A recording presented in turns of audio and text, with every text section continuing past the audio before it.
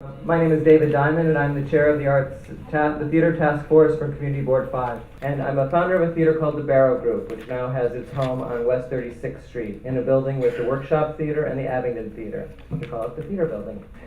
And the Theater Building is kind of an amazing space in that three small theater companies moved into a part of the city that had virtually no nightlife, bereft of any kind of activity after dark. It's the Garment Center.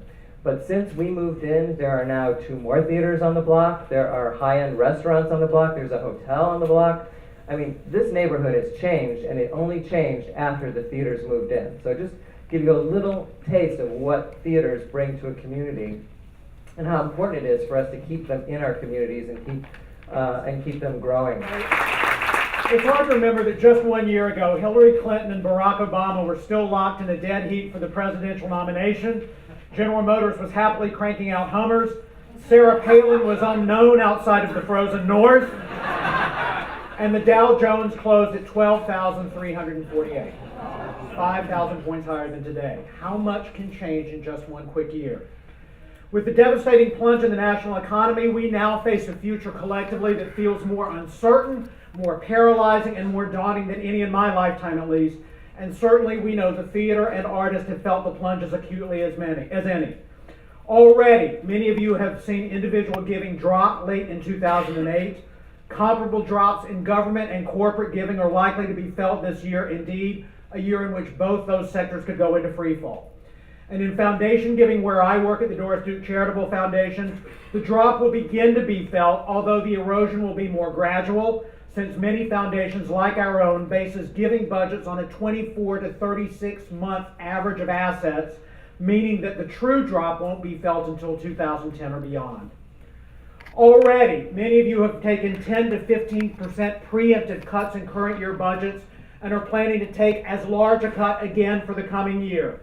And let's face it, we can all sit down together and recite the litany of traditional solutions: staff downsizing, hiring freezes, reduced programming, whether in number of shows, scale, or length of events, elimination or radical reduction in employee benefits, if there are any to have it in the first place, hikes in ticket prices, and at last resort, fire sale. A list that increasingly feels to many of us futile and insufficient. As an arts community, therefore, it's absolutely right and imperative that this is the time we come together to explore vital new strategies for the future. We have to be thoughtful and sincere and committed about partnerships and collaborations, shared services, reduction of duplicated efforts, the possibilities of mergers, including potentially mergers across discipline lines, and mergers involving complementary rather than duplicative organizations, like a playwright development program merging with a producing theater. As David's already said, we have to be creative in substance and approach, and I hope tonight we'll take seriously the words of Bill Moyers when he says creativity is easy. It means 4 things. You show up, you really show up, senses vibrating, you listen deeply, you speak the truth, and you let go of predetermined results. In a time when scarcity of resources can heighten the competitive urge and it can be really easy for us to turn on one another, we've got to elevate the discourse to the arts ecology, remembering that praising theater while disparaging dance or opera, or arguing for the avant-garde while disparaging the mainstream, or pleading the case of the small at the expense of the large, advantages nobody and harms us all. The future, as Barry Nailbuff at Yale has said, is about co-opetition, cooperating to grow the pie for everyone, even while it's inevitable that we'll compete for our piece of it. And frankly, as has already been said, this week has proven the strength of that approach, with the return of that $50 million earmark for the arts in the federal economic recovery legislation. An earmark that was eliminated by the Senate but later restored as a result of focused advocacy, activism, and a carefully articulated sense of our importance to our communities.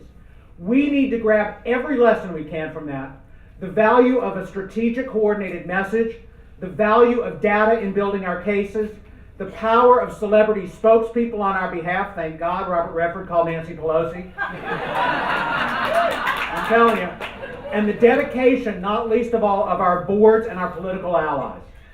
In this time, we have to approach lawmakers not with palms outstretched saying this is what we need for the government. We need to approach the government confident and proud, ready to articulate what we will do for the world, because we are not part of the problem, we are part of the solution. We will employ, we will reach into the educational system, we will stimulate tourism and more. Arguments based on action that establishes us as participants in solving problems, not in creating them. All this said, I'd be remiss if I were to suggest that the financial is the only crisis we face. Even before the economy bottomed out, we were getting together annually to talk about annual audience erosion, lamenting the decline of subscriptions, the growing rate of churn, for those of you that know that term, and the tendency of single-ticket buyers to purchase at shorter and shorter intervals of time. We were bemoaning the rampant effects of technology not only as competition for leisure time, but as a shaper of consumer expectation and psychology, training us all to believe we can shop at 8 at night or 3 in the morning and that custom-made products will arrive at our own homes. Advantages of consumption that we in the performing arts, with set curtain times, set venues, attendant inconveniences of price and transportation and more, simply cannot reach. And we lamented the effect of technology on economics, asking what will it mean when we ask a young person to pay $40, $50, or $60 for a theater ticket, when that young person is used to downloading culture on demand 24 hours a day on the internet for 99 cents a song or for free. I could argue to us all that the crisis we face in the arts is not financial at all. We are in a seismic, fundamental redefinition of culture and communication in this country.